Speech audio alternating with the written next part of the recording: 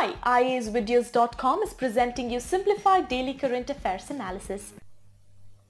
How India plans to regulate e-commerce.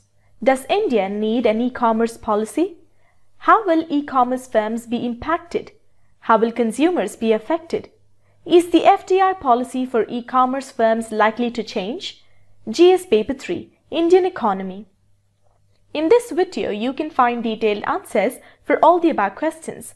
The above article has been retrieved from lifeman.com, dated August 3rd, 2018. What we are providing here is just a 10% sample out of the full-length video. Visit our website iasvideos.com to join the course and to unlock all videos. We offer this pen drive course cash on delivery on Amazon.in too. Amazon will deliver our course to your doorstep.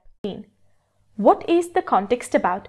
The government is planning to bring in an e-commerce law and a sector regulator to effectively deal with all aspects of online retail. E-commerce sector has grown in India with a fast pace and worth around $25 billion and could grow to $200 billion by 2020. With growth in this sector, there comes the need to regulate this sector with a policy framework.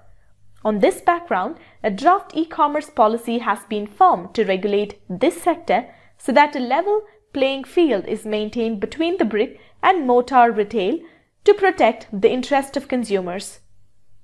Does India need an e-commerce policy?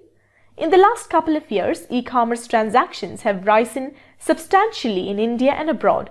According to an estimate by the Finance Ministry, the size of the digital economy in India will be $1 trillion by 2022, and it will account for close to 50% of the entire economy by 2030. This necessitates better policy response and coordination among various wings of the government.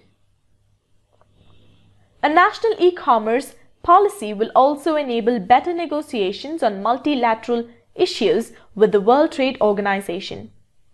How will e-commerce firms be impacted? The draft e-commerce policy proposes that all discounts offered by large e-commerce firms be phased out within 2 years to ensure fair competition with brick and mortar stores. It mandates e-commerce firms to store consumer data in India. The firms will be given 2 years to comply. The Competition Commission of India may be asked to amend the current thresholds and examine potentially competition distorting M&As. An independent regulator will address compliance with FDI caps in e-commerce. How will consumers be affected? With online discounts gone, they will lose out. Having a regulator, e-consumer courts may better address complaints about online financial frauds. Is the FDI policy for e-commerce firms likely to change?